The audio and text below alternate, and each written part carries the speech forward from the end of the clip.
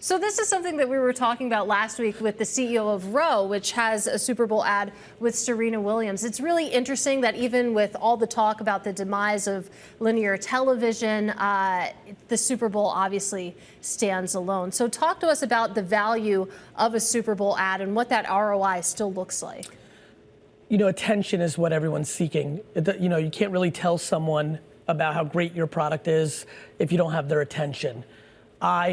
On Madison Avenue for 15 years, have been yelling that linear television commercials are overpriced versus the attention you actually get. Mm-hmm. But I've also always said, while I was the Pied Piper for social, that even social at its best, $10 million spent on Meta and TikTok perfectly, you can't get 100 million people to watch a 30-second video. Not to mention, look what's happening here. You get the collateral impact of running a Super Bowl. So the attention of a Super Bowl ad is disproportionately the best advertising media deal in the world, let alone America. The problem is, if your creative isn't good. Well, that's what I was going to ask you, because it's one thing to have attention. And I bring this up too. I was telling Katie this, you know, I was kind of snowed in this weekend. I read this great book on branding. It's an older book by Naomi Klein. But it's the idea too of what are you trying to get across? You're not selling, to a certain extent, Raisin Bran. You're selling some sort of message, some sort of ethos out of it. So how do you do that?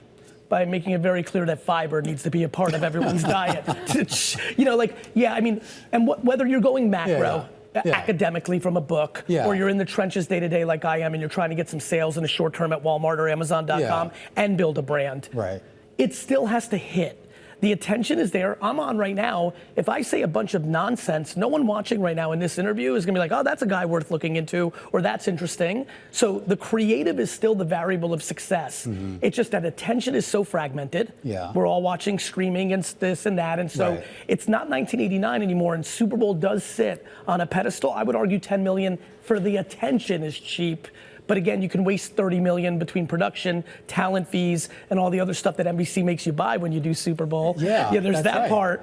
So if there's a lot of people this Sunday who are gonna crush with Super Bowl, and there's gonna be even more people that are gonna waste a ton of money. And we see this every year. And there's certain brands, obviously you have the big, gigantic brands, obviously like with a Raisin brand or something like that. But then you always have these kind of upstarts, you know, companies that either have never advertised or relatively new. Who ends up getting the most value out of that? The company that has never really been heard from before? No, it's a great question. Both. The company's never been heard for before. Big shout out to Rome, big fan of his. They're going to get awareness they never had before. Right? So a lot of people are about to discover them. And then for brands that we know, like Raisin Bran, it's a relevance thing. A lot of people just said, Raisin Bran. It's a reignition. So it's either relevance or it's broad awareness. New companies, the tech companies in the 2000s, the crypto companies, a new brand that's made some money, Poppy, big shout out to them. They get more awareness. More people now know that are just not seeing them in social feeds. But then there's brands that everyone knows, like a Raisin Bran, that are gonna work on relevance. Like maybe you just haven't thought about Raisin Bran in a while, but now you're thinking about fiber. Gary, I wanna go back to a point you made that, you know, $10 million for that attention. You could say that that's cheap, but you could waste a lot of money on actual production and putting it together. And that brings me to a question on AI. Because you scroll through social media, it's hard to avoid. You're gonna come across an AI image or an AI video. Are you expecting that we're going to have that experience watching Super Bowl ads as well? At some point. Right now, the advertising industry is not being affected by AI as much as it could be, because everyone watching right now, the general public, is anti-AI because subconsciously they're worried about losing their job. So we're gonna have this 36-month window where the Gen Pop is gonna push against brands, and brands have dabbled. McDonald's dabbled, they got smacked. So brands are gonna pull back for 24 to 36 months, but the stigma's gonna go away eventually, and so eventually, of course, it's an inevitable outcome. Technology always wins. But what does that AI ad look like? And particularly in the context of the Super Bowl.